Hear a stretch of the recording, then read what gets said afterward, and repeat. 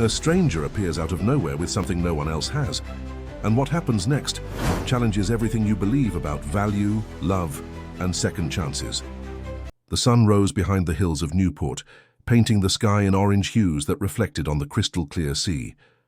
Another day was beginning at the elegant Walker residence, a stately mansion built strategically away from the tourist bustle, but with a privileged view of the ocean.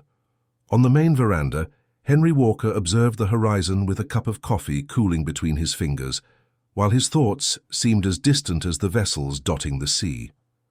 At 38, Henry carried the appearance of someone who had matured too quickly. His green eyes, once vibrant, now displayed a weariness that no amount of sleep seemed able to dispel.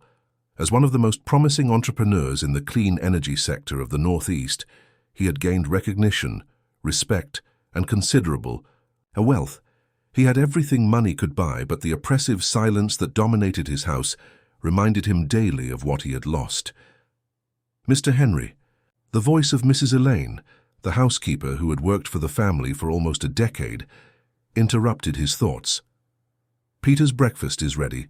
Do you want me to wake him, or would you prefer to do it yourself?" Henry checked his watch. It was past 7.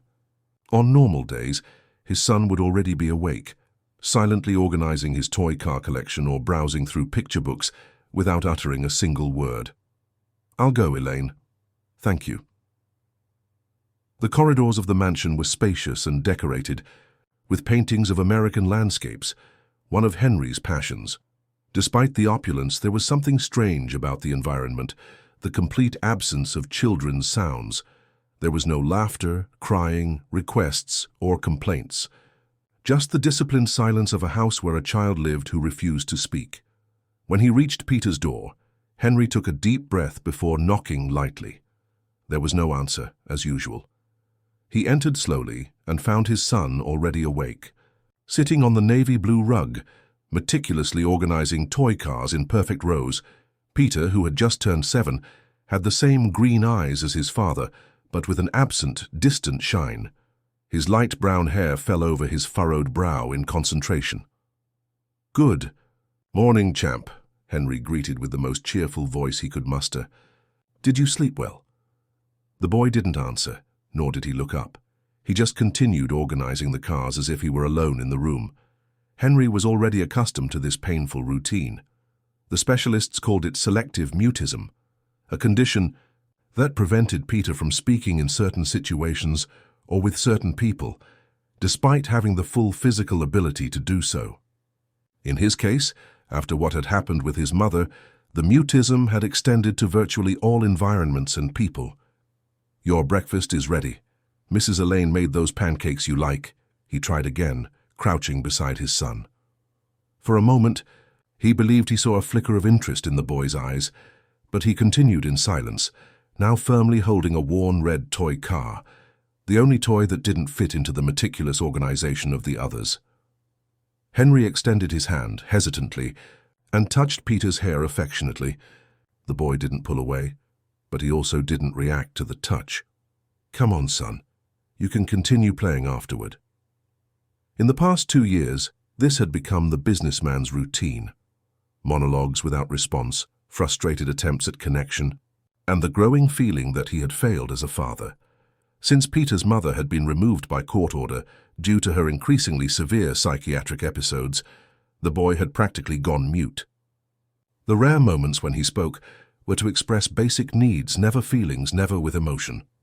In the kitchen, Peter sat at the imposing table that could easily accommodate 12 people, looking even smaller against the grandeur of the furniture. He ate without enthusiasm, methodically cutting the pancakes into perfectly equal pieces. Henry tried several approaches.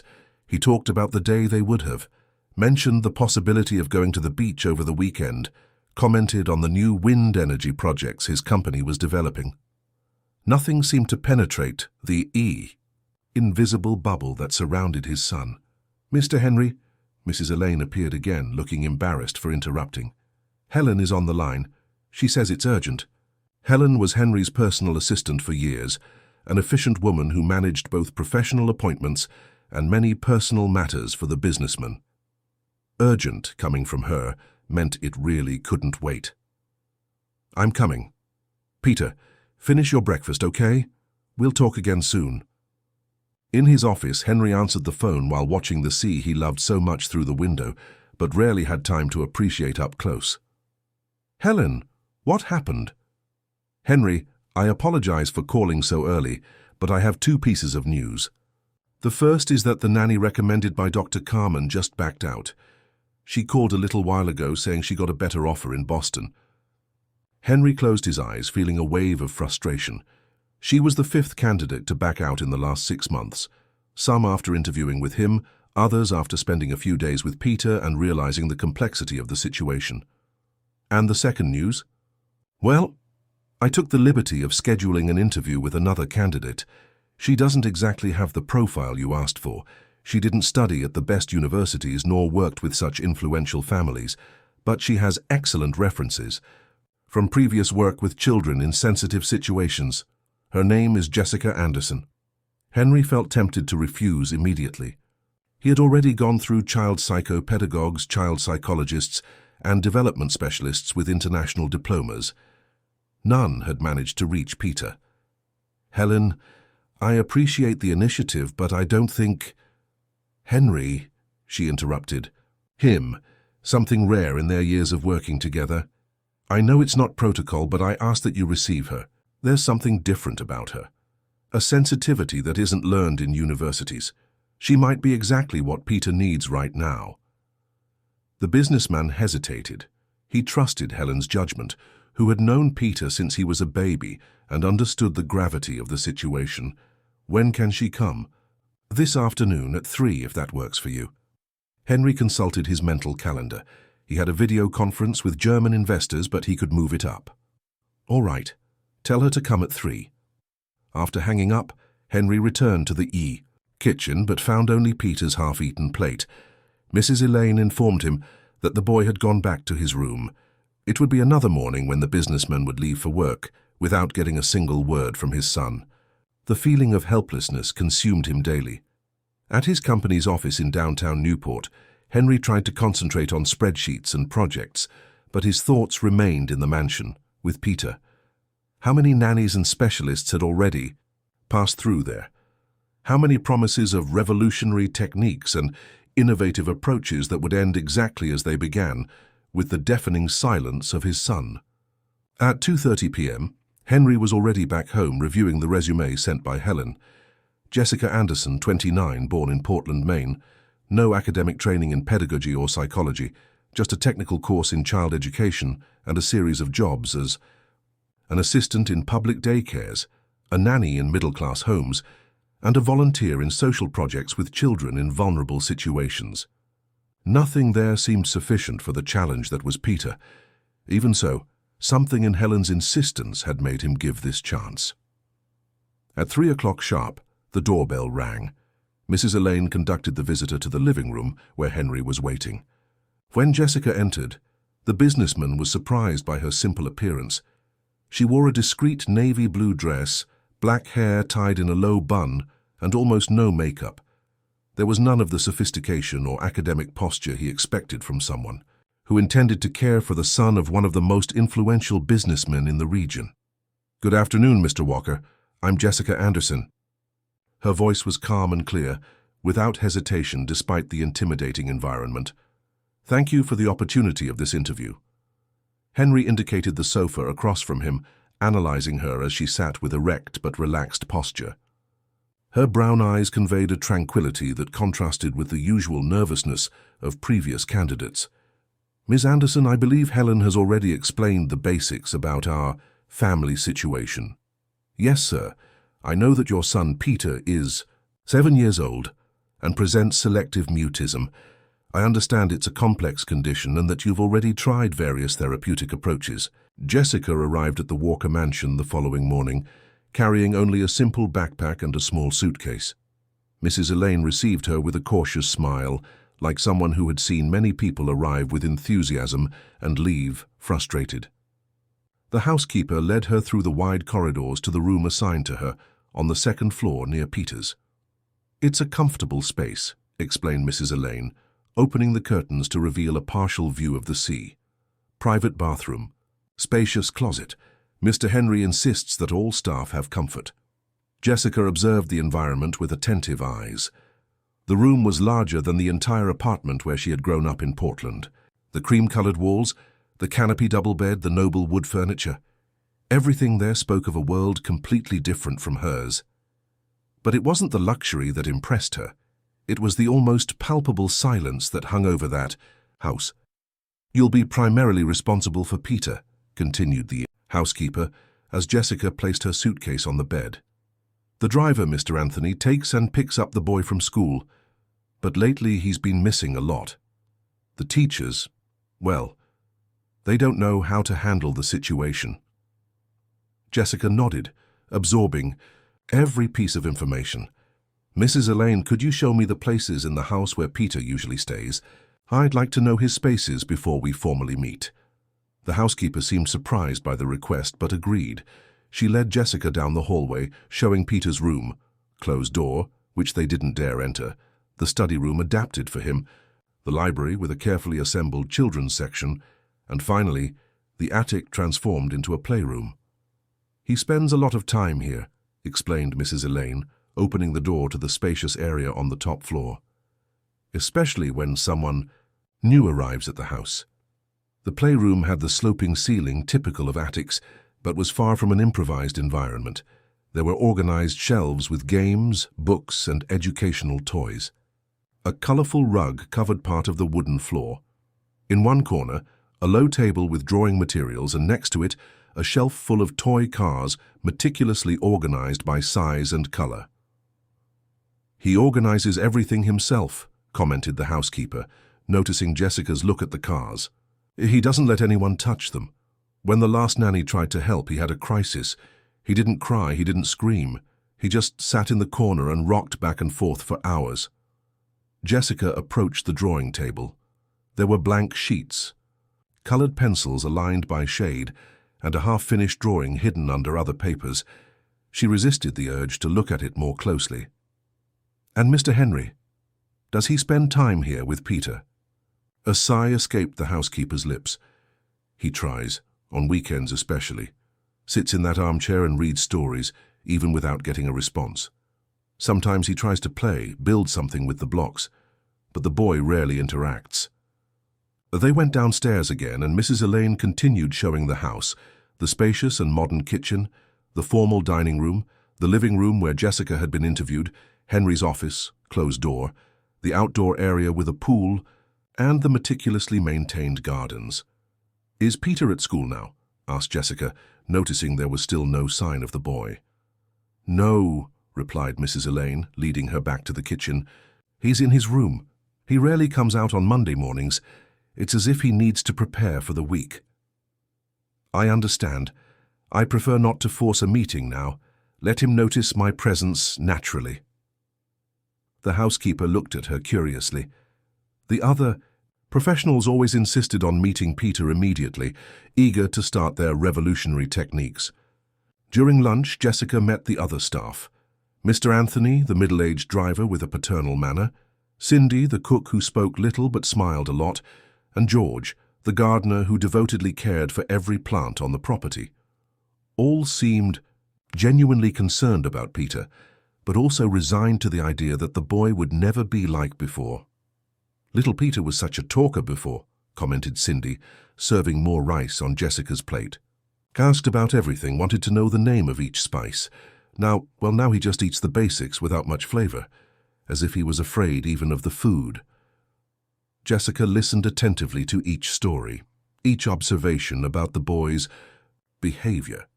She was mentally assembling the puzzle that was Peter Walker.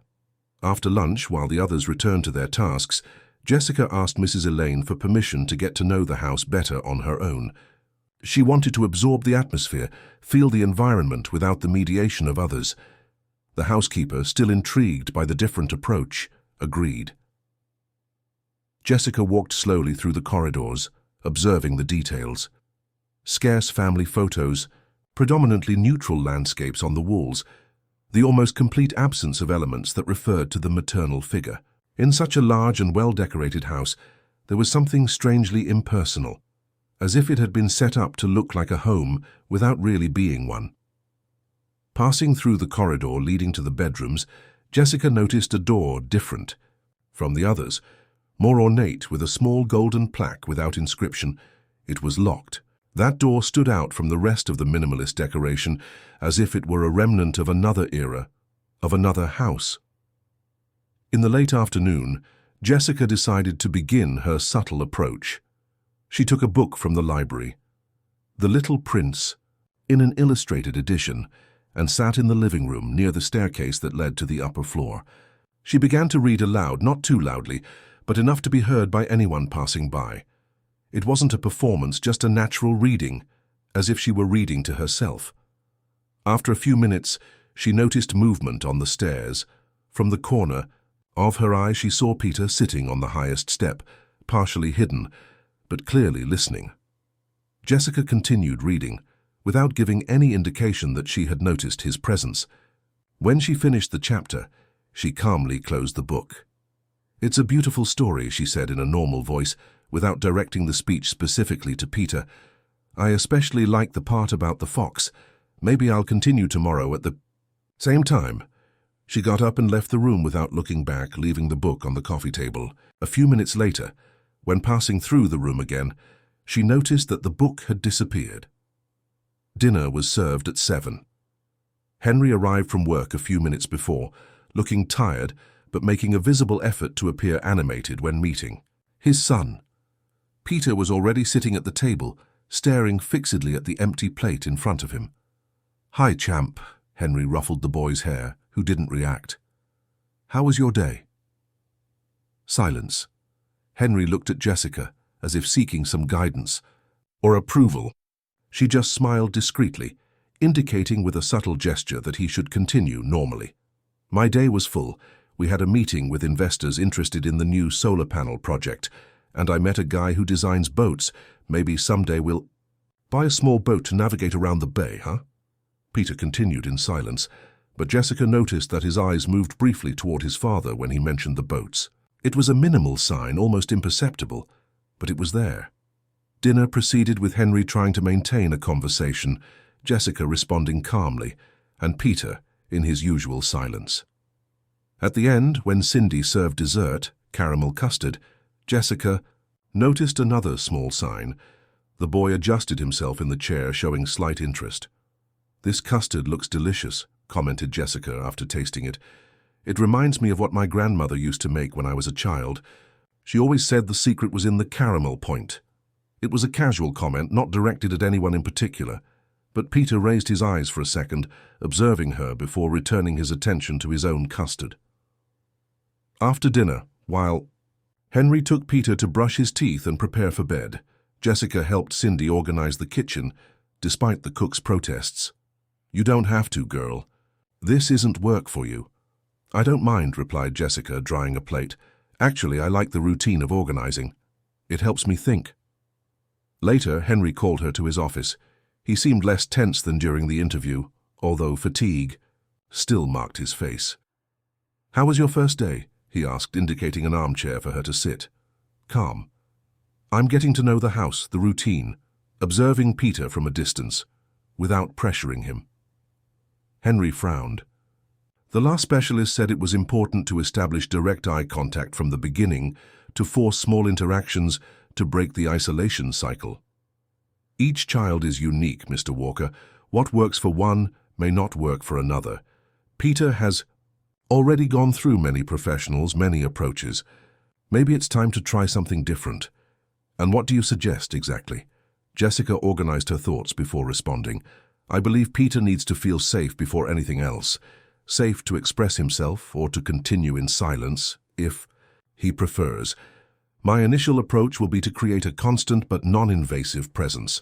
Let him decide when and how to approach." Henry seemed skeptical but nodded. "Dr. Carmen, his psychologist, comes on Wednesday. It would be good for you to talk to her, understand the complete clinical history." "Of course. I'll be happy to meet." Jessica hesitated for a moment before continuing. "Mr. Walker, I noticed there are very few family photos throughout the house. Was that a conscious choice?" Henry's expression hardened. I prefer not to keep many visible memories. I believe it's better for Peter not to be constantly reminded of the past. Jessica nodded, respecting his reserve, although she internally disagreed with the approach. I understand. Is there any other specific guidance you'd like to give? Me about Peter's routine? He likes to sleep with the door ajar and a dim light in the hallway. He has frequent nightmares, especially on rainy nights. And Henry hesitated, as if pondering whether he should share the following information. He should never be left alone during storms, under no circumstances. The intensity in Henry's voice made Jessica realize there was something more to that story, something beyond what he was willing to share at that moment. You can rest assured about that, she assured him. Later, in her room, Jessica recorded her first impressions in a small notebook. She noted the small signs she had observed in Peter, the momentary interest in the boats, mentioned by his father, the reaction to the custard, the fact that he had picked up the book she had left in the living room. She also wrote about the dynamics of the house, Henry's evident devotion to his son, despite his apparent difficulty in connecting emotionally, and the mysterious door in the hallway. The next morning she woke up early and went to the kitchen, where she found Cindy already preparing breakfast. "Good morning," greeted Jessica. "Can I help with something?" "Good morning, girl. You can cut some fruits for the table if you want." While cutting apples and bananas, Jessica asked casually, "Cindy, how long have you worked here?" "Going on 8 years now. I came when the boy was still a baby." "So you knew his mother?" A brief silence settled in the kitchen. Cindy suddenly seemed tense. "Yes, I did. Mrs. Laura. But the boss doesn't like us to talk about her." "I understand. I'm sorry if I touched on a delicate subject." Cindy sighed, looking around as if checking if they were really alone. "Look, it's no secret to anyone that Mrs. Laura had problems. It started after the boy was born. She would go days without sleeping, saying things that made no sense. Then she would fall into a deep sadness, wouldn't get out of bed." Jessica listened attentively, without interrupting. "The boss did everything. Took her to the best doctors, tried expensive treatments, but it kept getting worse until that day." "What day?" Cindy lowered her voice even more. "The day she locked herself with Peter in the room, during a strong storm. She was saying people were trying to take the boy away. Mr. Henry had to call for help to break down the door. After that, well, she was committed and the boy never spoke properly again." The sound of footsteps interrupted the conversation. Mrs. Elaine entered the kitchen, greeting them with a formal "good morning," before checking if everything was in order for breakfast. Jessica finished arranging the fruits on the platter, thoughtful. That information shed new light on Peter's behavior and the atmosphere of the house, the fear of storms, the locked door in the hallway, the absence of family photos. Everything began to make a painful sense. When Peter came down for breakfast, accompanied by Henry, Jessica greeted him naturally without forcing interaction. She noticed that the boy had brought with him the Little Prince book, placing it discreetly on the empty chair beside him, like a silent companion for the meal. It was a beginning. A week passed since Jessica's arrival at the Walker mansion. 7 days of silent observations, small established routines, and almost imperceptible advances. The young woman maintained her constant but respectful presence. Every afternoon at 4 o'clock, she would sit in the living room with a different book and read aloud for about half an hour. Peter never openly joined her, but Jessica knew he was listening. Sometimes hidden on the stairs, sometimes in the adjacent hallway, each day a little closer. On the previous Wednesday, she had met Dr. Carmen, a middle-aged child psychologist with a stern expression but gentle eyes. The specialist had explained Peter's condition in detail.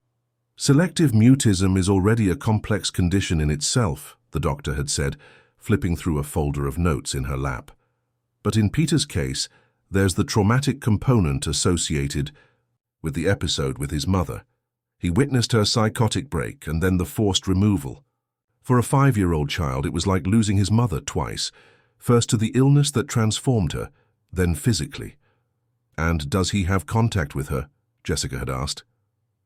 The doctor and Henry had exchanged tense glances before she answered, Laura is committed to a specialized clinic outside Boston. Her condition is unstable, with recurring episodes. There's no prediction for discharge or visits. Now, as she prepared the material for an activity she had carefully planned, Jessica reflected on everything she had learned that week. Peter avoided prolonged eye contact, but observed people when he thought he wasn't being seen. He had an impressive memory for details, evidenced by the way he organized his belongings. He showed special interest in cars, boats, and airplanes, perhaps symbols of escape or movement, and mainly he always carried with him that worn red toy car like a protective amulet. In the library, Jessica separated colored papers, safety, scissors, glue, and marker pens.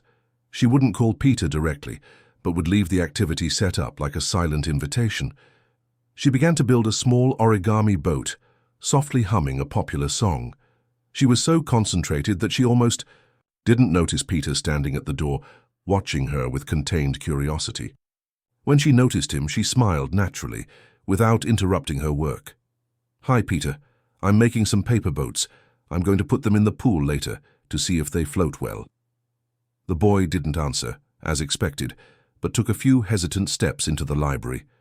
Jessica continued her work, commenting casually about the folding process without pressing for a response. "This blue one turned out nice, don't you think? But I think the red one will be easier to see in the water." After a few minutes, Peter sat at the table, still maintaining distance but clearly interested. Jessica gently pushed some sheets in his direction, along with a pair of rounded-tip scissors. She didn't give instructions, just continued making her own boats. To her surprise, Peter took a green sheet and began folding it, imitating the movements she had made. His small hands worked with surprising precision for a 7-year-old.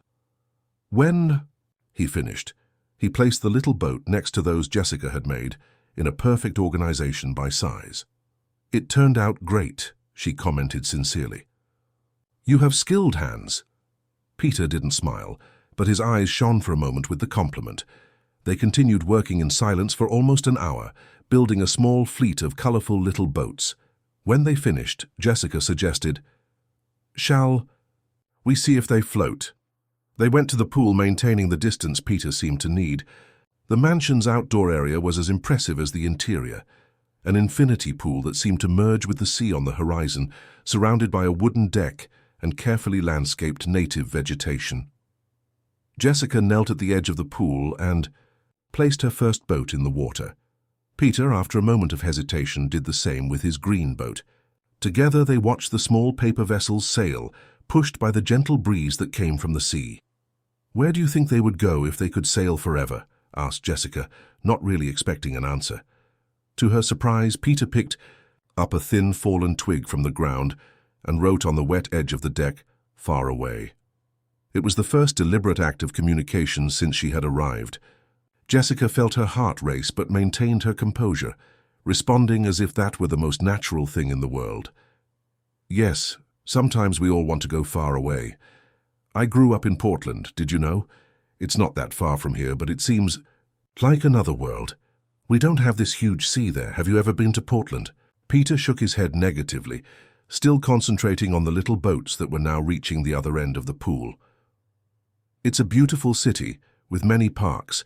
There's one in particular, the Botanic Garden, that has a pond where people put bigger boats than these with remote control." Jessica continued talking about her hometown while they collected the boats. Peter didn't write anything else, but seemed to absorb every word, occasionally looking at her when she mentioned something that sparked his interest. When they returned to the house, they found Henry arriving early from work. He seemed surprised and visibly emotional to see Peter returning from the outdoor area with Jessica, carrying the colorful little boats. "Hello, you two," he greeted, trying to contain the emotion in his voice. "What were you doing?" "Testing our fleet in the pool," replied Jessica naturally. "Peter made an incredible green boat. It floated better than all of mine." Henry looked at his son with a mixture of hope and uncertainty, as if not knowing how to react to this small progress. Peter, in turn, lowered his eyes and moved away slightly, returning to his usual defensive posture in his father's presence. "I'll put the boats away for us to use another day," said Jessica, noticing the boy's discomfort. Peter, do you want to help me, or would you prefer to go to your room? The boy hesitated for a moment, then extended his hands, indicating he wanted to take the boats. Jessica carefully handed him the entire fleet, and he quickly went up the stairs, disappearing down the hallway. He made that boat?" asked Henry when they were alone, his voice trembling with contained emotion. "Yes, he did. And we tested. All of them in the pool. It was a productive afternoon." Henry ran his hand through his hair in a gesture that mixed relief and frustration. 1 week. You've achieved in 1 week what specialists couldn't achieve in 2 years. Don't romanticize it, Mr. Walker. It was just a small moment. Peter still has a long way ahead of him. "Henry," he corrected. "Please, call me Henry." That night after dinner, Jessica went to the kitchen to get a glass of water and found Cindy organizing the pantry. The cook smiled when she saw her. "The boss is different today. There's a shine in his eyes that I haven't seen in a long time." "He loves his son very much," commented Jessica. "He just doesn't know how to reach him. He's a good man, you know. Suffered too much with everything that happened with Mrs. Laura. He blames himself to this day." "Blames himself for what exactly?" Cindy hesitated, weighing her words, for not realizing sooner how serious her situation was, for waiting too long to seek specialized help, and, mainly, for letting things get to that point. With the police, the ambulance, all that trauma in front of the boy. The conversation was interrupted by the sound of footsteps. Mrs. Elaine appeared at the kitchen door with her usual expression of discreet efficiency. "Jessica, Mr. Henry asked me to let you know that he needs to leave for an emergency meeting. It seems there was some problem with one of the company's projects. He should be back late, and asked that you keep an eye on Peter, in case he has difficulty sleeping." "Of course, no problem." After helping Cindy finish organizing the kitchen, Jessica went upstairs to check on Peter. The boy was already in his room, sitting on the rug with his toy cars, including the inseparable red car. The paper boats were carefully aligned on his shelf like newly acquired treasures. "It's almost bedtime," said Jessica softly. "Do you need help getting ready?" Peter shook his head negatively but didn't move away when she entered the room. It was the first time he allowed her presence in his personal space without showing discomfort. "All right, I'll be in my room if you need anything. Just knock on the door, okay?" The boy nodded slightly, returning his attention to the cars. Jessica noticed that he had created a small city with building blocks, with streets where the cars traveled. At the center of the construction, there was something that looked like a garage where the red car occupied a prominent place. "Your city is amazing. Does it have a name?" Peter didn't answer, but picked up a small notepad nearby and wrote, in large letters, "Safe Village." "Safe Village," repeated Jessica. "That's a perfect name. Everyone needs a safe place, don't they?" The boy nodded, surprising her once again with his willingness to communicate, albeit not verbally. "Good night, Peter. Dream of good things." Later, in her room, Jessica was writing her observations of the day when she heard the first thunder. A storm was approaching rapidly, bringing with it gusts of wind that made the windows vibrate. She remembered Henry's warning about never leaving Peter alone during storms and immediately went to check on him. She found the boy sitting on the bed, hugging his knees, with the red car clutched between his fingers. His eyes were wide with fear, fixed on the window where lightning illuminated the dark sky. "Hey, it's all right," said Jessica, approaching slowly. "Can I sit here with you?" Peter didn't answer, but moved slightly to the side, making room. Jessica sat on the edge of the bed, maintaining a respectful distance. "Did you know that when I was little I was also afraid of storms? My grandmother taught me to count the seconds between the lightning and the thunder to know how far away the storm is." A new lightning bolt cut through the sky, followed almost immediately by a deafening thunder. Peter visibly shuddered, pressing the car even tighter against his chest. "This one is very close," admitted Jessica, "but we're safe in here. Would you like me to tell you a story to distract you?" The boy nodded affirmatively, still not looking directly at her. Jessica began to narrate a story about a small red boat that bravely sailed through stormy seas, always finding a safe harbor in the end. As the narrative progressed, she noticed that Peter gradually relaxed. although he still startled at each stronger thunder. When the story ended, the storm continued outside, relentless. Jessica got up to close the curtains better, trying to block the view of the lightning. That's when she noticed something strange, a folded piece of paper falling from the pocket of Peter's pajamas. "I think you dropped something," she said, pointing to the paper on the floor. Peter followed her gaze and immediately tried to reach for the paper, but Jessica was quicker. When she picked it up, the paper partially unfolded, revealing what appeared to be a photo. She quickly returned it to the boy, respecting his privacy. "I'm sorry. I didn't mean to intrude." To her surprise, after a moment of hesitation, Peter extended his hand, offering the paper back to her. It was in fact a photograph, worn at the edges and with a permanent fold in the middle. It showed a young and beautiful woman, with the same green eyes as Peter, holding him as a baby in her arms. Both were smiling at the camera, happiness evident on their faces. "Is that your mother?" asked Jessica softly. Peter nodded, taking back the photo and carefully placing it under his pillow. "She's very beautiful, and you have the same smile." The boy picked up his notepad again and wrote, "Will she come back?" The question, so direct and loaded with childish hope, hit Jessica. Like a punch, she didn't know what to answer. She didn't want to lie, but she also couldn't destroy the child's hope. "I don't know, Peter. I really don't know, but I know she loves you very much, just like your father." A new thunder, even stronger, shook the house. Peter curled up again, fear stamped on his face. "I'll stay here until you fall asleep, okay?" offered Jessica. The boy agreed, finally lying down under the covers, still clutching the red car. Jessica sat in the armchair near the bed, watching him fight against sleep while the storm raged outside. Eventually his eyes closed, exhaustion winning over fear. When she was sure he was sleeping deeply, Jessica silently left the room, leaving the door ajar as per Henry's instructions. In the dark hallway, illuminated only by occasional lightning, her gaze was again drawn to that different door with the golden plaque. She approached, moved by a curiosity she couldn't explain. The door was locked, as she expected, but looking more closely at the small golden plaque, she realized that there was indeed an inscription, almost completely erased by time or by deliberate attempts at removal. Leaning under the dim light of the hallway, she could distinguish Laura. It was the room of Peter's mother, sealed like a time capsule of an interrupted life. Jessica returned to her own room, thoughtful. In just a week, she had begun to unravel the mysteries of that fragmented family.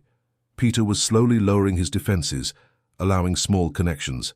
Henry seemed willing to try new approaches, even though he was still trapped in his own fears and guilt. And somewhere, perhaps not as distant as everyone thought, there was Laura, a woman who, even absent, still occupied an enormous space in that house and in the hearts of her husband and son. The next morning, the sun shone brightly, as if the previous night's storm had never existed. Jessica found Henry in the kitchen, preparing coffee. He looked tired, probably having arrived very late from his emergency meeting. "Good morning," he greeted. "How was the night? Did Peter have problems with the storm?" He was a bit scared, but managed to sleep. I stayed with him until he fell asleep. Henry nodded, grateful. He's been terrified of storms ever since. "Well, you know." "Henry," began Jessica, carefully choosing her words. "I know it's a delicate subject, but I think we need to talk about Peter's mother. He keeps a photo of her. He asked me if she's coming back." Henry's expression changed instantly, his face hardening. "I can't give him false hopes. Laura is institutionalized indefinitely. The doctors are clear about that." "I understand, but perhaps we can find a way to address the subject that is honest and, at the same time, preserves her image for Peter. He needs to process this loss, not pretend she never existed." "Oh, you don't understand," Henry countered, his voice tense. "I tried to protect him from all of this, from the crises, the erratic behaviors, the instability, and still, I couldn't prevent him from witnessing the worst moment. I don't want him to relive that every time we talk about her." "But he already relives it, Henry, every night, every day. His silence is proof of that." Before the conversation could continue, They heard footsteps on the stairs. Peter was slowly coming down, still in his pajamas, rubbing his sleepy eyes. He stopped when he saw the two adults in the kitchen, clearly perceiving the tension in the air. "Good morning, champ," Henry forced a smile, trying to dissipate the heavy atmosphere. "Did you sleep well after the storm?" Peter looked from Henry to Jessica as if assessing the situation. Then, to the surprise of both, he went to the refrigerator, took a magnet in the shape of a letter, and placed it on the table between them. "It was the letter P for Peter?" asked Henry, confused. The boy shook his head negatively. He took his ever-present notepad and wrote, "P for peace." Jessica couldn't contain a smile. Even without spoken words, Peter managed to communicate exactly what he thought. He didn't want to see the adults in his life arguing, especially about matters that, somehow, he knew were related to him. "You're right," she agreed, extending her hand to take the magnet. "P for peace, I promise." Henry looked at his son with a mixture of surprise and admiration. "I promise too, Peter." In that moment, with a simple gesture, Peter had achieved something that seemed impossible, creating a moment of true connection among the three. When Cindy arrived to prepare the full breakfast, she found an unusual scene. Henry, Peter, and Jessica sitting at the kitchen table, not in the formal dining room, drawing letters on napkins and smiling. It was just a small step, but in the complex journey of rebuilding that family, every step counted, and Jessica, observing the shine in Peter's eyes as he showed his father how to fold a napkin into the shape of a boat, felt that they were finally sailing in the right direction. The month of September arrived in Newport, bringing stronger winds and the promise of a spring that was already announcing itself in the flowers of the Walker Mansion garden. Jessica was now completing a month working as Peter's nanny, and the changes, though subtle, were evident to everyone who lived with the boy. Peter still didn't speak, but his written communication had expanded considerably. He used his notepad, more frequently, wrote complete sentences and even small stories that he illustrated with colorful drawings. Most importantly, his eyes had recovered part of the childish shine, especially during activities with Jessica.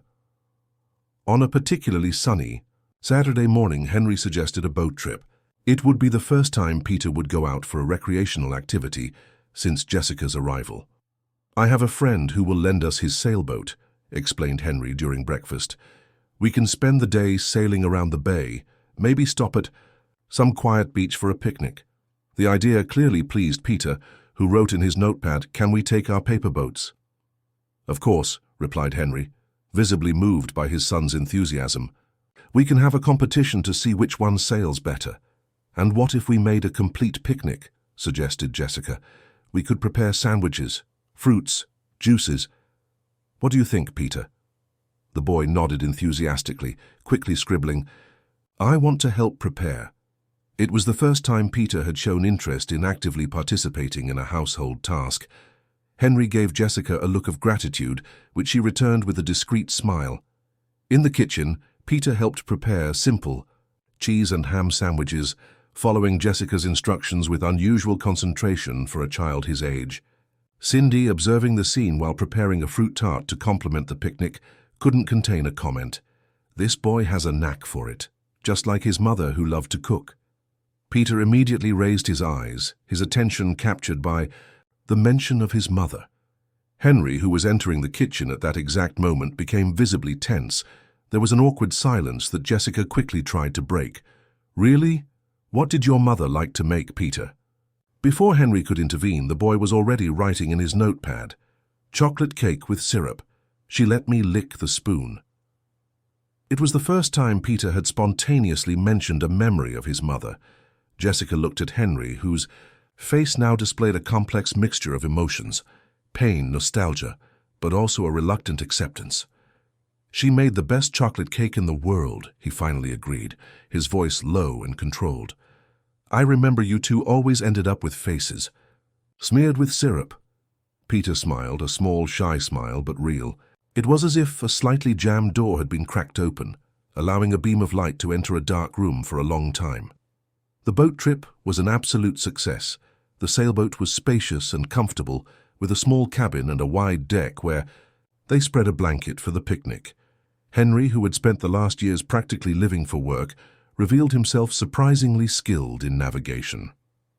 "I learned when I was a teenager," he explained to Jessica while adjusting the sails. "My father had a smaller boat than this one. We spent almost every weekend on the sea." "It's quite a talent," commented she, observing him maneuver with confidence. "Peter seems to have inherited your interest in the sea." Indeed, the boy was fascinated. Sitting at the bow with a well-adjusted life vest, he watched the water with eyes wide with admiration. From time to time, he pointed to dolphins appearing in the distance or to seabirds flying over the boat. They anchored in a small cove with crystal-clear waters, protected by rock formations that created a natural pool. Henry helped Peter get off the boat, and together they explored the shallows, the boy firmly clutching his father's hand while observing the small fish swimming between his feet. Jessica stayed on the boat, organizing the picnic, but her gaze followed father and son, noting how both seemed lighter, more connected away from the oppressive walls of the mansion. It was as if the sea had the power to dilute accumulated tensions, to wash away past sorrows. During lunch, seated on the deck with the sea breeze caressing their faces, Peter surprised everyone. He took one of the paper boats they had brought, the green one, his favorite, and wrote on it with a waterproof pen, "For Mummy." Then, with a solemn gesture, he placed it in the water and watched as the small vessel drifted away, carried by the gentle current. Henry swallowed hard, clearly fighting back tears. Jessica, respecting the moment, remained silent. After a few moments, the businessman hugged his son around the shoulders and said with a choked voice, "It's a beautiful gift, son. I'm sure she'll love it." On the way back, with the sun beginning to set on the horizon, Peter fell asleep in the small cabin, exhausted after a day full of new experiences. Henry and Jessica stayed on the deck, steering the boat in a comfortable silence that was eventually broken by the businessman. "Thank you for today. I don't remember the last time I saw Peter so alive." "He's an amazing child," replied Jessica. "He just needed space and time to process everything that happened. I think I needed that too. It's easy to get lost in work, in responsibilities, and forget to really live, to be present. It's never too late to start over." He looked at her, then really looked, as if seeing her for the first time. "You've changed our lives, Jessica. In just a month, you've achieved what I tried to do for 2 years. I haven't done anything extraordinary. I just created an environment where Peter feels safe to express what he feels, including missing his mother." The mention of Laura made Henry look away again. "It's not easy. It still hurts to talk about her." "I can imagine it does, but perhaps that's precisely why we need to talk. You and Peter share the same pain, the same loss. You could also share the happy memories, don't you think?" Before Henry could answer, Peter appeared at the cabin entrance, rubbing his sleepy eyes. He approached his father and handed him his notepad, where he had drawn the boat they were in with 3 smiling stick figures on the deck. "Is that us?" asked Henry, crouching to be at his son's height. Peter nodded, pointing to each figure. His father at the helm, himself at the bow, and Jessica in the middle like a bridge connecting the two. Back at the mansion, already at night, Peter fell asleep quickly, still wearing the T-shirt with a boat print that Henry had bought for him. At a souvenir shop at the pier, Jessica covered him carefully, noticing how his face seemed more relaxed, almost serene. In the hallway, she found Henry standing in front of the locked door with the golden plaque, Laura's old room. He was holding a small key, nervously turning it between his fingers. "Is everything okay?" she asked, cautiously approaching. Henry startled as if pulled from a deep trance. "Yes, I'm just wondering if it's time." "Time for what?" "To open this door. To face what's inside." Jessica immediately understood the magnitude of that moment. "Do you want me to stay with you?" He hesitated, then nodded. "Please." With a deliberately slow movement, Henry inserted the key into the lock. The mechanism turned with difficulty, protesting after years of disuse. When the door finally opened, the aroma of an old perfume mixed with the characteristic smell of an environment. closed for a long time, escaped into the hallway. Henry turned on the light, revealing a room frozen in time. A perfectly made double bed, light blue silk curtains framing the windows, a dressing table with perfume bottles and makeup still arranged as if their owner would use them at any moment. On the walls, photos that told the story of a happy family, Henry and Laura on their wedding day, a pregnant Laura with hands on her prominent belly, the three of them together at Peter's christening. "This was our room," explained Henry, his voice almost a whisper.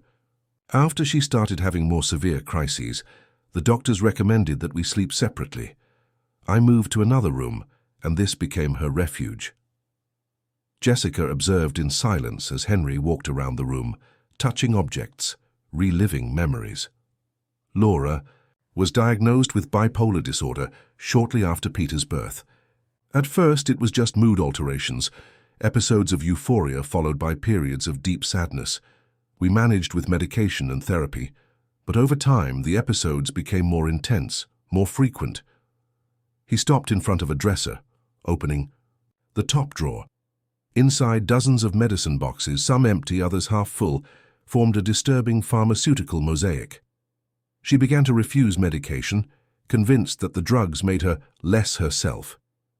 She said she preferred the voices in her head to feeling nothing.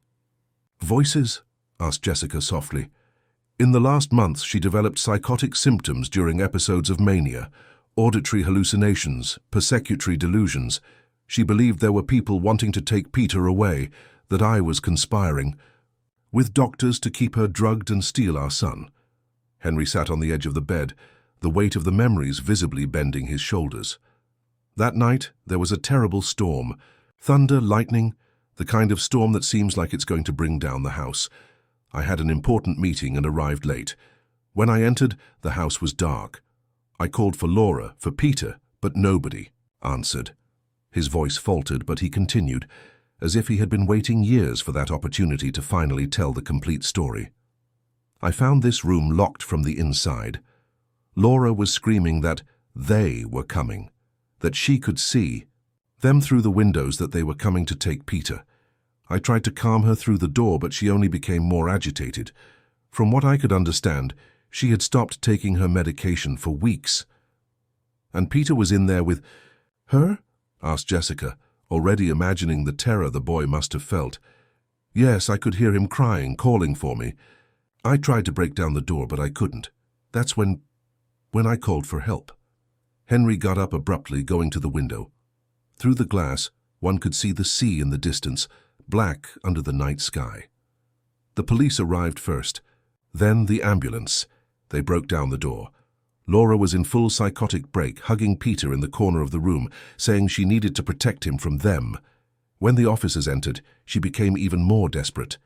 He paused, breathing deeply to control the emotion. They had to hold her by force so the paramedics could administer a sedative. Peter saw everything, his mother screaming, struggling, being restrained.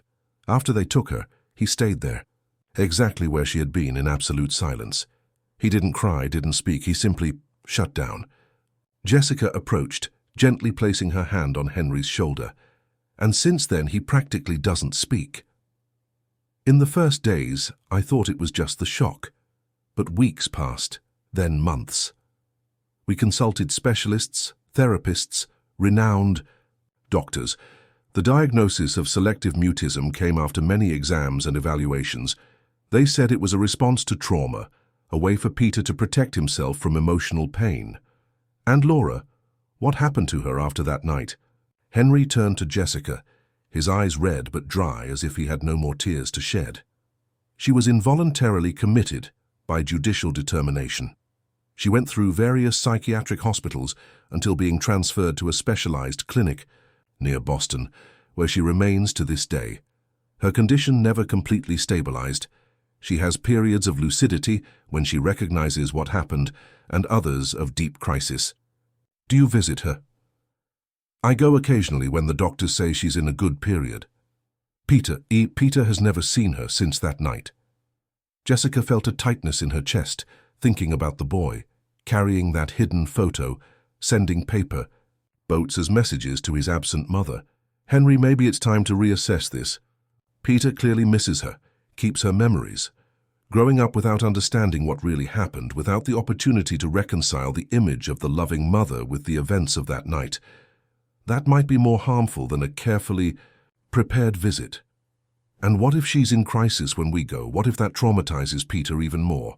It's a risk, yes, but there's also the risk of him growing up with this gap, this unresolved ghost. We can consult Dr. Carmen, plan carefully, check with Laura's doctors what the best moment would be. Henry ran his hand through his hair, a gesture that Jessica now recognized as a sign of his anxiety. I'll think about it. It's a lot to process at once. Of course, there's no rush. The important thing is that we're talking about it, opening doors that have been locked for a long time. Henry looked around the room once more, his eyes resting on a photo on the bedside table. Laura, holding newborn Peter, her face radiant with joy. You know what's hardest? He asked, picking up the photo. Remembering how happy we were before everything fell apart. How Laura was brilliant, funny, full of life. Bipolar disorder stole that from her. From us. And I feel so powerless. You did what you believed was best at the time, with the information you had, replied Jessica softly. We can't change the past, but we can still shape the future. Yours, Peter's, and perhaps even Laura's, in some way. A sudden sound at the door made both turn. Peter was there, standing in the hallway, his red car clutched in his hand, looking at the open room with an expression of astonishment and recognition. Peter, Henry called, his voice trembling. We were just... The boy took a hesitant step into the room, his eyes scanning every detail, resting on the photographs, on his mother's personal objects. He approached the dressing table and touched a perfume bottle delicately, as if it were a fragile treasure. Jessica and Henry watched in silence, fearful of interrupting that moment of rediscovery. Peter opened the perfume bottle, smelling it with closed eyes. A single tear ran down his face when he carefully replaced it. Then, to the complete surprise of both adults, Peter walked to the bed, climbed on it, and sat exactly in the center, the place that used to be his mother's. He looked at his father with a serious, almost adult expression, and gently patted the mattress beside him in a clear invitation. Henry, his heart pounding, accepted the invitation. He sat beside his son, who immediately leaned his head on his shoulder, a gesture of physical affection they hadn't shared in years. "Thank you, son," whispered Henry, his voice choked with emotion. Peter didn't respond verbally, but took his father's hand and squeezed it, a communication as eloquent as any word he could have said. Jessica retreated silently toward the door, feeling that moment belonged only to the two of them. Before she could leave, however, Peter raised his eyes and extended his other hand in her direction, calling her to join them. That night, the three remained in Laura's old room for a long time. There were no great conversations or additional revelations, just the shared presence, the mutual recognition of pain and the possibility of healing. And when Peter finally fell asleep between them, exhausted by the day's emotions, his face displayed a serenity that neither Henry nor Jessica had seen before.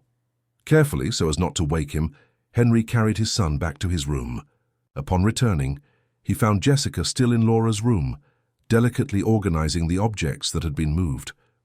"Do you think it was a mistake?" he asked, standing at the door. "Opening this room, letting Peter see all of this?"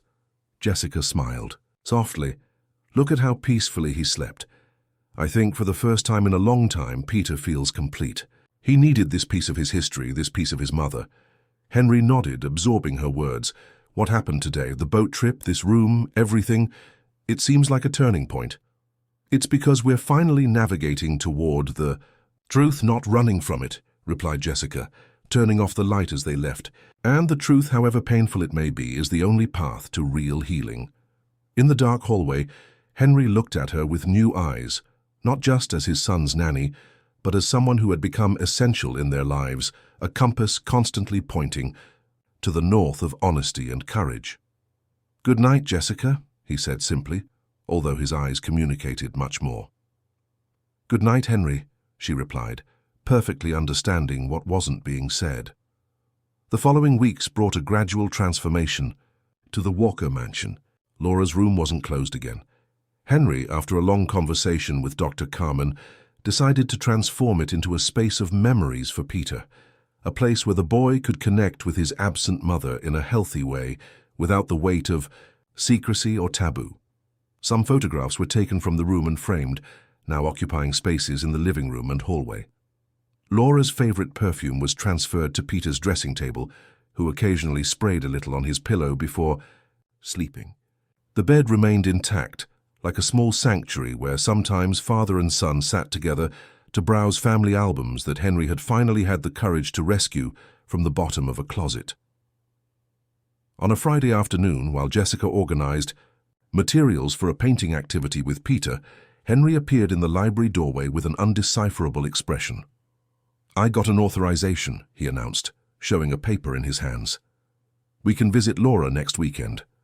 The doctors say she's in a good period, lucid, properly medicated, aware of her condition." Jessica felt her heart race.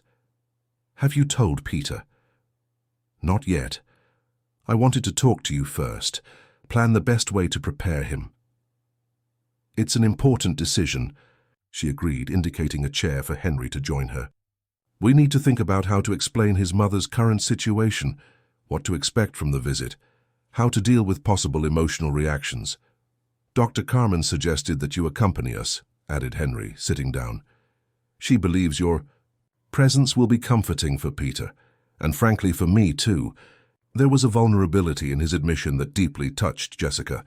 In recent months, the relationship between them had subtly transformed. The initial professional respect gave way to a genuine friendship, and there were moments, like now, when something more seemed to float in the air between them, unacknowledged, but definitely present. "Of course I'll go," she replied. "We're together in this journey." That night, after dinner, Henry and Jessica talked to Peter about the planned visit. The boy was sitting between them on the living room sofa, his inseparable red car resting in his lap. "Peter," began Henry, carefully choosing his words, "remember when we talked about your mother being in a special place, receiving treatment?" The boy nodded, his eyes attentive. "Well, I spoke with the doctors who take care of her, and they said we can visit her next Saturday. What do you think about that?" Peter remained motionless for a few moments, processing the information. Then, with deliberately slow movements, he took his notepad and wrote, "Does she know we're coming?" "Yes, son. She knows and is very excited to see you." "Is she still sick?" Henry briefly looked at Jessica, who nodded encouragingly. "Yes, she's still sick. It's an illness that affects how she thinks and feels sometimes, like a chemical imbalance in the brain. But the doctors are helping with medication and therapies. She has better days and more difficult days." Peter considered this for a moment, then wrote, "Like on the storm day?" The question hit Henry like a punch in the stomach. It was the first time Peter referred directly to the incident that had changed their lives. "That day was a very bad day, son. Your mother was having a strong crisis, wasn't thinking clearly. She didn't want to scare you or hurt anyone. She was just very confused and frightened. Sometimes," Jessica intervened softly, "when someone has this type of illness, it's like there's a storm inside their head. Everything becomes confusing, scary. They may see or hear things that aren't really there, or feel afraid of things that aren't really dangerous." Peter nodded again, seeming to understand the analogy. He wrote, "Will she come home someday?" Henry hesitated. It would be so easy to offer false hopes, to say yes, that one day they would be a family again. But looking at his son, at those eyes that begged for honesty, he couldn't lie. "I don't know, Peter, I really don't know. It depends on how she responds to treatment over time. But even if she can't come back to live with us, she will always be your mother, and we can always visit her, keep in touch." To the surprise of both adults, Peter didn't seem devastated by the answer. Instead, he wrote, "Can we take photos to show her, and my green boat?" "Of course," replied Henry, his voice choked with emotion. "We can take whatever you want." The days preceding the visit were of careful preparation. Jessica helped Peter select recent photographs and drawings he would like to show his mother. Together, they made a new paper boat, larger and more elaborate than the previous ones, decorated with small drawings and messages. Henry, in turn, was visibly nervous, alternating between moments of determination and instances of doubt about whether the visit would really be beneficial. On Saturday morning, the atmosphere in the mansion was one of contained expectation. Peter woke up early, already dressed in a navy blue shirt he had chosen especially for the occasion. Henry seemed to have slept little, with visible dark circles under his eyes, but maintained an exterior calm out of consideration for his son. Jessica tried to keep normalcy, serving a light breakfast and chatting about everyday matters. The trip to Boston was made in silence, each absorbed in their own thoughts. Peter watched the landscape through the car window, the green boat and the red car secure in his hands. Occasionally he wrote questions in his notepad about what the clinic was like, how long they would stay if he could hug his mother. Pine. Grove Retreat was located in a wooded neighborhood on the outskirts of Boston. The complex of white buildings surrounded by well-maintained gardens looked more like a spa or resort than a psychiatric institution, a deliberately planned appearance to diminish the stigma and fear associated with such places. At reception, they were greeted by a middle-aged nurse with a kind smile who introduced herself as Sally. "Laura is waiting for you in the East Garden visiting room," she explained, leading them through corridors illuminated by natural light. "She's having a good week. Conversational, participating in group activities, sleeping well." "Does she know about Peter's mutism?" asked Henry in a low voice, making sure that his son, who was walking a few steps ahead with Jessica, couldn't hear. "Yes, Dr. Mendez talked to her yesterday, preparing her. He explained that Peter might not speak during the visit and that this is part of how he deals with trauma." She understood. They arrived at a glass door that opened onto an inner garden where a woman was sitting on a bench under a leafy tree. Laura Walker had changed since the photographs Jessica had seen in the mansion. She was thinner, with shorter hair, and there was a certain fragility in her posture. But the same green eyes as Peter's shone in her face when she spotted them. Henry stopped at the door, visibly shaken at seeing his ex-wife after so long. Peter, in turn, became completely still, as if he had roots that held him to the ground. Jessica placed a gentle hand on his shoulder, conveying silent support. It was Laura who broke the impasse, standing up and walking towards them with slow but determined steps. She stopped a few meters away, respecting the space that Peter clearly needed. "Hi, my love," she said, her voice soft and slightly trembling. "How you've grown." Peter looked at his father, then at Jessica, as if seeking confirmation that it was safe to proceed.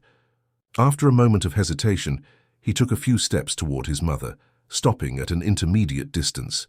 Laura crouched to be at eye level with her son. "It's all right. We can take it slow."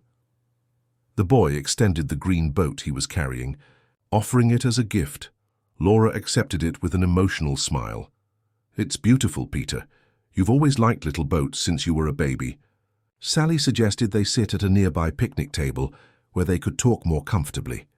Henry finally advanced, greeting Laura with a tense but polite nod. Jessica kept herself a bit distant, giving space for the family reunion, but close, enough that Peter would know she was there if needed. The first minutes were uncomfortable. Laura asked simple things about school, friends, what Peter liked to do, which he answered by writing in his notepad. Henry occasionally added information, his rigid posture gradually relaxing as the conversation flowed. "And who are you?" Laura finally asked, addressing Jessica with genuine curiosity without hostility. "This is Jessica Anderson," introduced Henry. "She's been working with us for a few months, taking care of Peter." "Nice to meet you," replied Jessica, approaching to shake Laura's hand. "Peter seems to like you very much," observed Laura, noticing how the son looked confidently at the young woman. "That makes me happy, knowing he has people who love him." There was a painful sincerity in that declaration that dissipated any remaining tension. Laura wasn't there to reclaim her place or judge the changes that had occurred in her absence. She was genuinely grateful that her son was being well cared for. The visit proceeded in a more relaxed manner. Peter showed his mother his drawings and recent photographs. Laura told some stories from the time when he was a baby, making him smile with memories he had forgotten or perhaps had never known. Henry eventually joined in the reminiscences, remembering happy moments they had shared as a family. At one point, Peter took from his pocket the worn photograph he always carried with him, Laura holding him as a baby. He showed it to his mother, who took it with trembling hands. "You kept this all this time?" she asked, tears glistening in her eyes. Peter nodded, then wrote in his notepad, "So I wouldn't forget your face." Laura covered her mouth with her hand, trying to contain a sob. When she managed to compose herself, she hesitantly extended her arms in a silent invitation. Peter looked at his father, who nodded encouragingly, and then took the final steps that separated him from his mother. The hug they shared was like the closing of an interrupted electrical circuit, a connection re-established after years of forced separation. Jessica noticed that Henry had turned his face to hide his own tears and discreetly offered him a handkerchief she carried in her pocket. As they separated, Laura held Peter's face between her hands, looking at him with loving intensity. "I want you to know that what happened wasn't your fault. Never ever was. I got sick and that separated us, but my love for you never changed." It was at that moment that it happened. Peter, who had remained in absolute silence throughout the visit, during all the time since the incident, in fact, opened his mouth and with a voice hoarse from disuse but perfectly audible said, "I know, Mom." Time seemed to freeze. Henry raised his head abruptly, his eyes wide with astonishment. Jessica put her hand to her chest, feeling her heart race. Laura remained absolutely still, as if fearing that any movement might break the spell.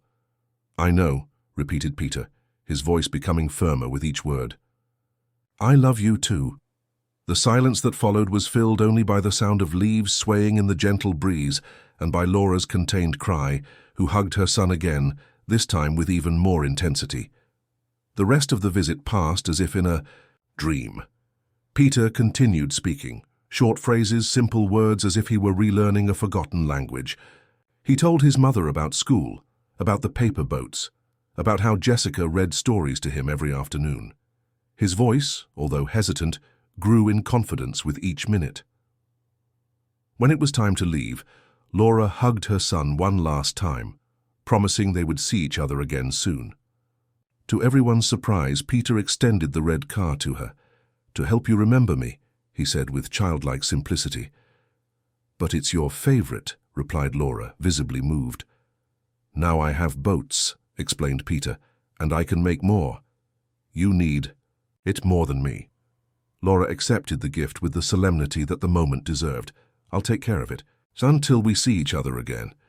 Henry, who until then had maintained a certain emotional distance, approached Laura before they departed. "Thank you," he said simply, "for today, for him." "You've done a great job, Henry," she replied. "He's strong, intelligent, sensitive, everything we always dreamed." There was a peace in that exchange, not romantic reconciliation, but the mutual recognition that, despite everything, both wanted the best for the son they shared. On the way back to Newport, Peter fell asleep in the back seat, exhausted by the emotional intensity of the day. Henry drove in silence, occasionally looking through the rearview mirror at his sleeping son, as if he still didn't believe in the miracle he had witnessed. "He spoke," he finally murmured, his voice barely containing the emotion. "After so much time, he really spoke." "It was a moment of deep healing," replied Jessica. "The circle finally closed for him. I don't know how to thank you, Jessica. Without you, this would never have happened. We would continue trapped in our silence, in our unresolved pain." "You would have found the way eventually," she said kindly. "The love you feel for Peter would always guide you in the right direction." Henry briefly diverted his eyes from the road to look at her. "It's not just gratitude I feel for you. I hope you know that." Jessica felt the blush rise to her cheeks. "Henry, You don't need to say anything now," he interrupted gently. "I just wanted you to know." The rest of the trip proceeded in comfortable silence. loaded with unspoken possibilities. When they arrived at the mansion, it was already night. Henry carried Peter, still asleep, to his room, while Jessica prepared tea for both of them in the kitchen. They met on the veranda, the night sea stretching infinitely before them, dotted with distant lights from fishing boats. "What happens now?" asked Jessica, accepting the cup Henry offered her. "With Peter, you mean?" "With all of us." Henry pondered the question, looking at the dark horizon. "Peter will certainly need time to readjust. Speaking again after so long, it will be a process." Dr. Carmen already suggested speech therapy, in addition to the continuation of psychological therapy. "And the visits to Laura. I want to make them regular, monthly perhaps, if her state allows." Jessica nodded, taking a sip of her tea. "That's a wise decision." "As for us," Henry hesitated, searching for the right words. "You came here as Peter's nanny, but you've become much more than that to him, to me too." "I feel the same," she admitted.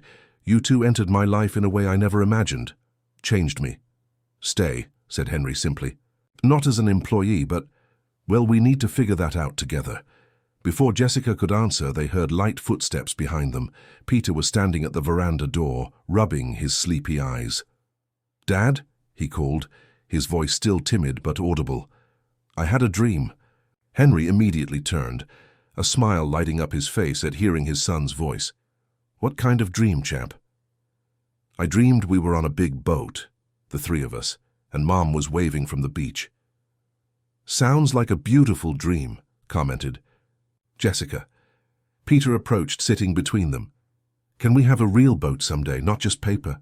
Henry laughed, the sound of his sincere laughter echoing for the first time in years on that veranda. "Of course we can. What do you say we start looking for one next weekend?" Peter nodded enthusiastically, then looked at Jessica. "You're coming with us, right?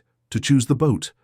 Jessica exchanged a look with Henry, a silent conversation passing between them, about belonging, about family, about new beginnings. "Yes, Peter," she finally answered, her heart overflowing with emotion. "I'll go with you." The three remained on the veranda for a long time, watching the night sky where stars shone like promises of better days. Peter, sitting between the two adults who had helped him recover his voice, began to tell stories about his red car, about the drawings he would make to show his mother on the next visit, about the boat he dreamed of having. Each word that came from his lips was a small miracle, a bridge built over the abyss of silence that had separated them for so long. And with each sentence, Jessica realized that it wasn't just Peter who was finding his voice again. It was that entire family emerging from the shadows into the light of a new dawn. 3 months had passed since the day Peter finally broke his silence. Summer had arrived in Newport, bringing with it longer days, a sky of intense blue, and a warmth that invited dips in the crystal-clear sea. The Walker mansion, once a place of heavy silences and closed doors, now seemed to breathe with a new life. In the outdoor area near the pool, Jessica was organizing the last details for Peter's small birthday party. The boy would turn 8 the next day, and this would be his first true celebration in years. Tables decorated with nautical motifs, blue and white balloons, and a large banner with the words, "Congratulations, Captain Peter," set the tone for the celebration. "Do you think he'll like it?" asked Cindy, bringing a tray with colorful canapes. "The boy is still so reserved with strangers." "He will," replied Jessica with confidence. "He chose the guests himself. 3 friends from school, the cousins, and of course, you who are practically family." The cook smiled at the comment. Indeed, the relationship between the staff and the family had transformed in recent months. There was a warm informality that didn't exist before. Jessica, in particular, now occupied an indefinable place. No longer an employee, not exactly a friend, perhaps something deeper that was still finding its name and shape. "And Mrs. Laura?" asked Cindy in a low voice, making sure no one else could hear. "Is she really coming?" "Yes, for a few hours. The clinic authorized the accompanied leave. Henry will pick her up early tomorrow." This would be another significant milestone, the first time Laura would visit the house since her commitment. The decision hadn't been easy. There were long conversations with Dr. Carmen, with the clinic's doctors, and especially with Peter, to ensure that everyone was emotionally prepared. "I never thought I'd see this day," confessed Cindy, emotion transparent in her voice. The family reunited again, even if in a different way. Jessica nodded, perfectly understanding the feeling. The last months had been of profound transformation for everyone. Peter now spoke regularly, although he still had days when he preferred to communicate in writing, especially when he was anxious or tired. He attended school normally, had made some friends, and even participated in a sailing club for children on Saturdays. Henry had reduced his working hours, delegating more responsibilities to be able to be present in his son's life. Every Friday was religiously reserved for a special program between the two, sometimes a boat ride, sometimes a trip to the cinema, sometimes simply a walk on the beach at sunset. The visits to Laura became monthly, as planned. At first, only Peter and Henry went, but eventually Jessica began to accompany them, at the request of both Laura and Peter, who said he felt safer with the presence of his 3 favorite adults, as he affectionately called them. As for Jessica and Henry, their relationship evolved slowly, with the care of those who know there is a child involved and wounds still healing.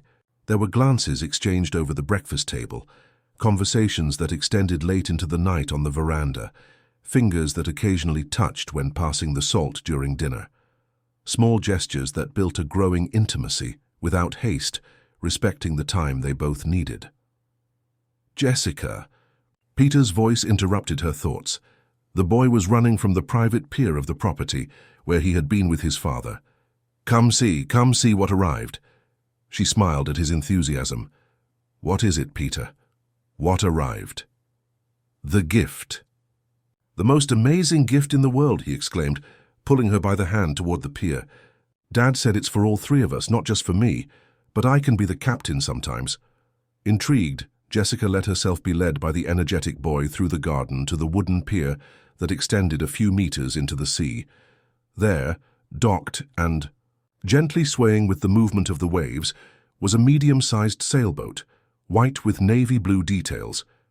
On the side, in elegant letters, was the name New Horizon. Henry was on the boat's deck, checking some details with a man who appeared to be the seller. Seeing Jessica and Peter arriving, he opened a radiant smile that illuminated his tanned face. "Surprise!" he exclaimed, extending his arms in a theatrical gesture. "What do you think?" Jessica was momentarily speechless. Of course they had talked about the possibility of buying a boat, but always as a future project, something for someday. It's beautiful," she finally managed to say. "But Henry, this is exactly what we need," he completed, descending from the boat to join them on the pier. "Peter is becoming an excellent navigator. You love the sea, and I'm finally relearning to live beyond work. We can travel during vacation," added Peter, jumping with excitement. "Discover other beaches, fish, sleep watching the stars." Henry put his arm around his son's shoulders, his face softened by an expression of pride and love. And the best part? Peter chose the name. "New Horizon," Jessica read aloud, feeling the symbolic weight of those words. "It's perfect." "That's where we're sailing, isn't it?" said Peter, surprising them with the philosophical depth of his comment. "To new horizons, all of us." Jessica crouched to be at eye level with the boy.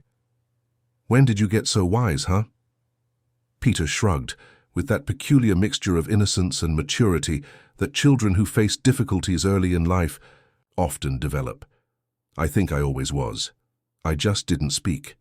The 3 laughed together, the sound of their laughter mixing with the noise of the waves and the distant cry of seagulls. Henry helped Peter climb aboard for a more detailed inspection, while the seller explained the basic controls and characteristics of the vessel. Jessica stayed on the pier for a moment, observing father and son enthusiastically exploring every corner of the sailboat. There was a lightness about them that contrasted drastically with the broken men she had met less than a year ago.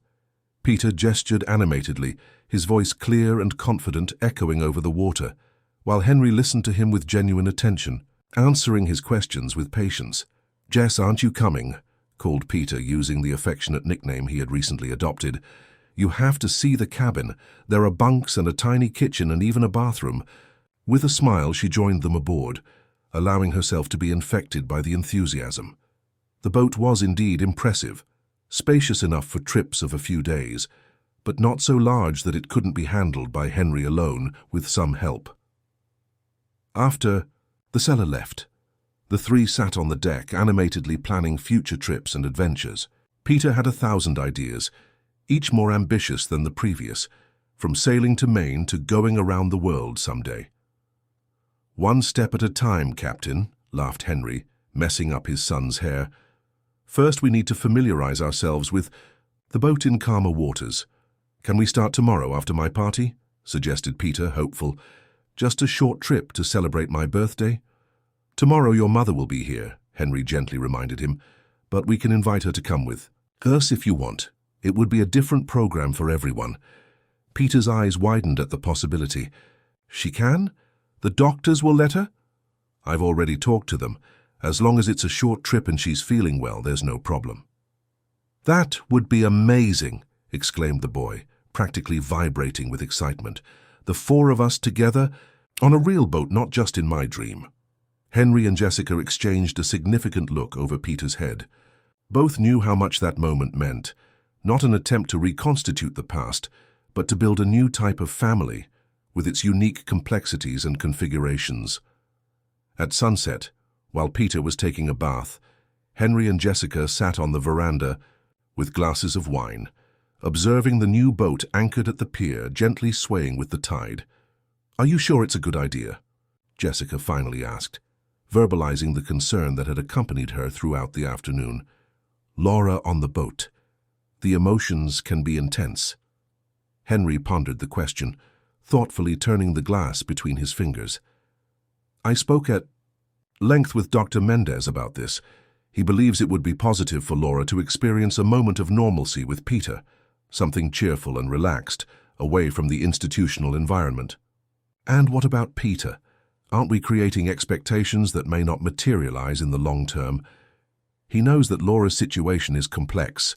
We've been honest about that from the beginning, but I also think it's important for him to see that, despite the illness, she can still participate in special moments, that she's not completely excluded from his life." Jessica nodded, understanding the reasoning. "And us? Where do we fit in this configuration?" It was the first time they directly addressed the question that had been hanging between them for months. Henry put his glass on the table and turned to face her directly. "Jessica, you know what I feel for you. What began as admiration for the way you connected with Peter has transformed into something much deeper.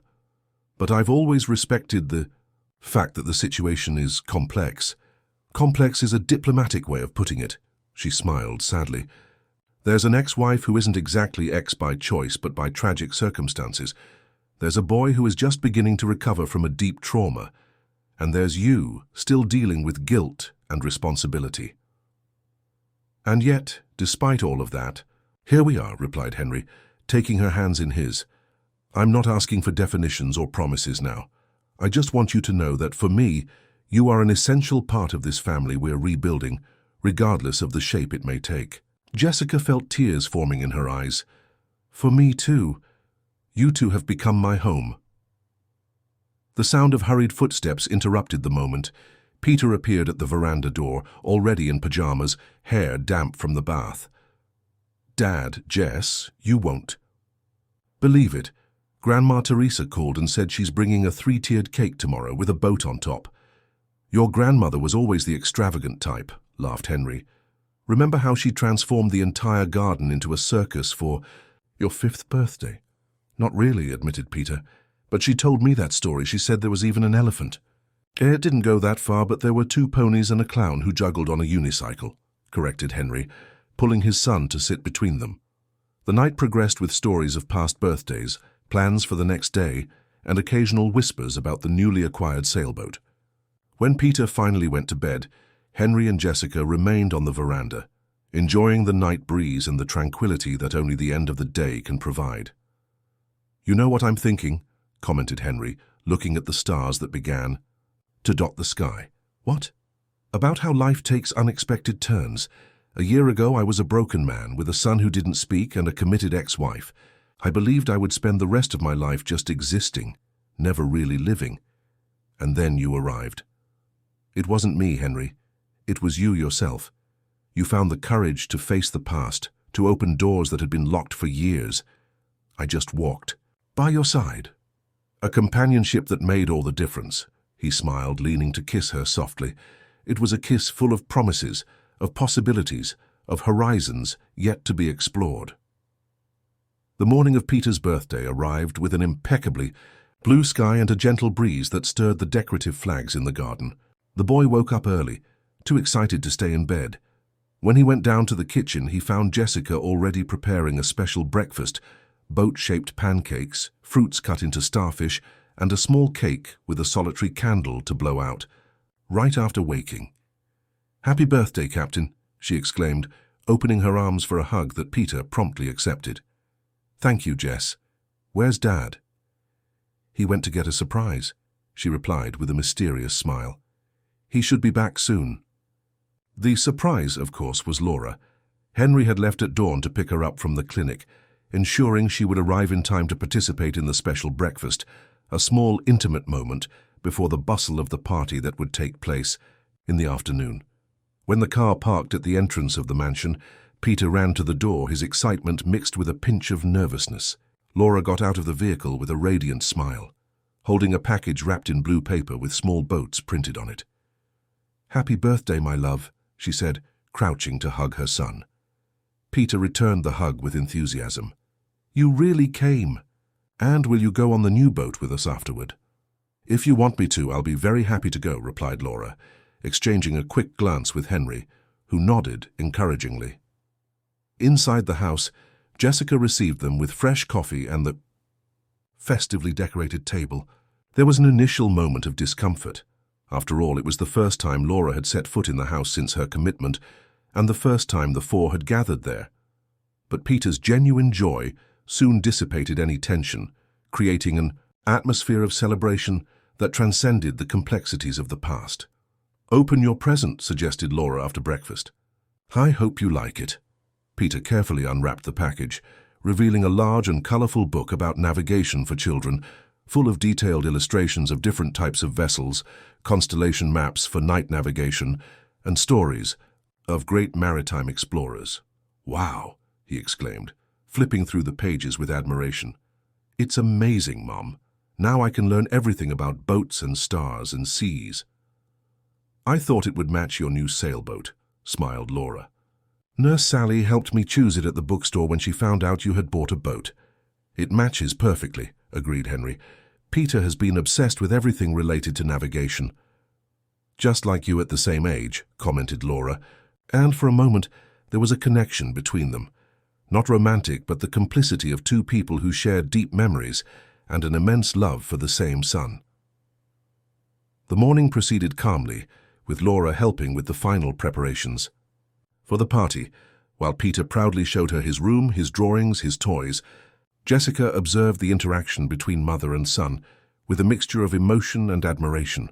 Laura, despite her own battles, demonstrated an extraordinary ability to be truly present for Peter, focusing on the moment instead of lamenting lost time.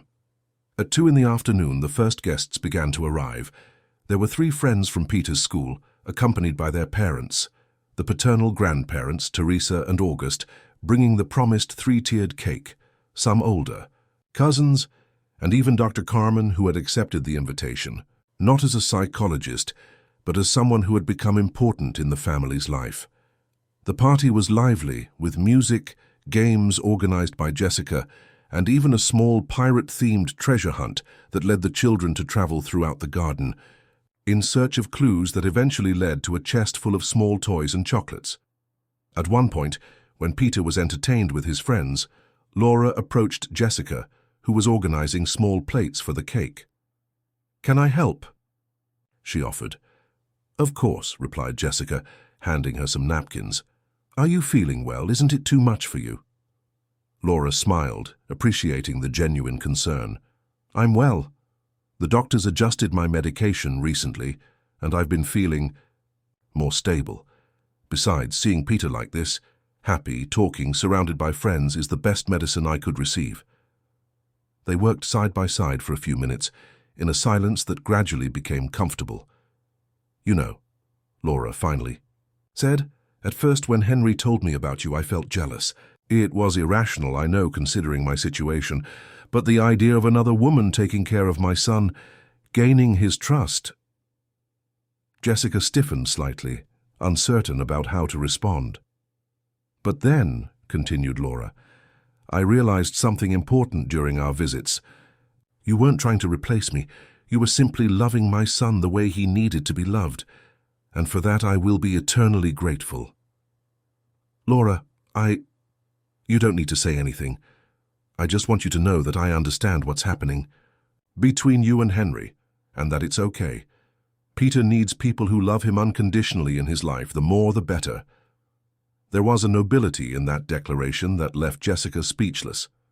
Before she could formulate an adequate response, they were interrupted by Teresa, Peter's grandmother, announcing it was time to sing Happy Birthday. Everyone gathered around the table where the impressive cake had been placed, with its 3 layers of white cake and blue frosting that mimicked waves crowned by a small sugar sailboat on top. It was a true confectionery work of art. Peter stood in the center, surrounded by Henry, Laura, and Jessica, while the guests sang Happy Birthday with enthusiasm. When the time came to make a wish and blow out the candle, the boy closed his eyes for a long moment, an expression of intense concentration on his face. Then, with a decided blow, he extinguished the flame, provoking applause and celebrations. "What did you wish for, son?" asked Henry, though he knew that revealing the wish might break the spell. To everyone's surprise, Peter answered without hesitation. "I wished for all of us to be happy, each in our own way. For Mom to be well at the clinic until she can leave. For good. For Dad to keep smiling like now, and for Jess to never leave." There was a moment of emotional silence among the closest adults, touched by the maturity and generosity of that wish. Henry was the first to recover, crouching to hug his son. "That's quite a wish, champ. We'll all work to make it happen, deal?" After the cake and presents, when the party began to disperse, Henry suggested the promised boat trip. Peter's friends had already left, with only the closest family remaining. Laura hesitated briefly, assessing her emotional state. "Are you sure you feel well enough for this?" asked Henry, attentive to any sign of discomfort. "Yes," she replied with determination. "I want to be part of this special day until the end." The 4 walked to the pier where the New Horizon waited, gently swaying with the small waves. Peter ran ahead, unable to contain his excitement. "Slow down, Captain," called Jessica, laughing at his enthusiasm. "The boat isn't going anywhere without you." Once aboard, Henry took the helm with Peter at his side as first officer. Laura and Jessica sat on the deck, enjoying the late afternoon sun that bathed everything in a golden light. They sailed around the bay for about an hour, appreciating the privileged view of the island, the white sand beaches, and the green mountains in the background. Peter alternated between staying with his father, learning about navigation, and running around the deck, pointing out dolphins, birds, and other boats he spotted. At one point, when they were stopped in a tranquil cove, the boy asked everyone to gather at the bow for a special ceremony. Intrigued, the 3 adults obeyed. "Today," announced Peter with comic seriousness, "I declare that we are the official crew of the New Horizon, a different, special, but very strong crew." He took from his pocket 4 braided bracelets in shades of blue and green, apparently something he had prepared secretly with Cindy's help. "This one is for Dad, the main captain," he said, handing the first bracelet to Henry. "This one is for Mum, our guiding star that shines even when she's far away." Laura accepted hers with tears in her eyes. "This one is for Jess, our compass that always shows the right way." Jessica received hers with a lump in her throat. "And this one is for me, the first officer and future captain." He put on his own bracelet with a dramatic flourish, and then extended his hand to the center. "All together now." Henry, Laura, and Jessica placed their hands over his, forming a stack. "To the New Horizon and its crew," declared Peter. "To the New Horizon," repeated the adults in unison, their voices choked with the emotion of the moment. The sun was beginning to set when they returned to the pier. Laura needed to return to the clinic before nightfall, as arranged with the doctors. The goodbyes were emotional but not devastating. There was now a shared understanding that this wasn't a farewell, just a see you soon. "Thank you for this day," said Laura, hugging her son at length. "It was the best gift I could receive." "Will you come back for my next birthday?" asked Peter. "I'll be back well before that," she promised.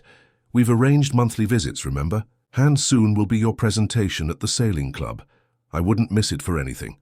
When the car departed, taking Henry and Laura back to the clinic, Peter and Jessica remained in the garden, watching the first stars appear in the sky. "It was a perfect day," declared the boy, holding her hand.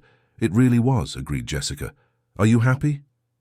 Peter considered the question with the seriousness that often surprised those who knew him. "I am. It's not like it was before, when I was very little. It's different, but it's still good. Maybe even better because now I understand more things." "What things do you understand, Peter?" "That sometimes people we love get sick in a way that can't be seen from the outside. That families can change, shape, and still be families. And that we can be silent for a long time but still have important things to say when we're ready." Jessica felt a tightness in her chest at the wisdom of that child who had weathered storms that many adults would never face. "You're amazing, you know that?" Peter smiled, displaying the gap left by a recently fallen baby tooth. "I know Dad says that too, and Mom, I think I'm lucky." When Henry returned, it was already night. He found Peter and Jessica in the living room, assembling a 1,000-piece puzzle with the image of a sailboat on the high seas, one of the presents from the party. "Did Laura arrive well?" asked Jessica as he joined them on the floor. "Perfectly tired but happy. Dr. Mendez was there when we arrived and was impressed with her state. He said days like today are therapeutic in their own way." "That's great," smiled Jessica, passing him a piece that obviously belonged to the section he was assembling.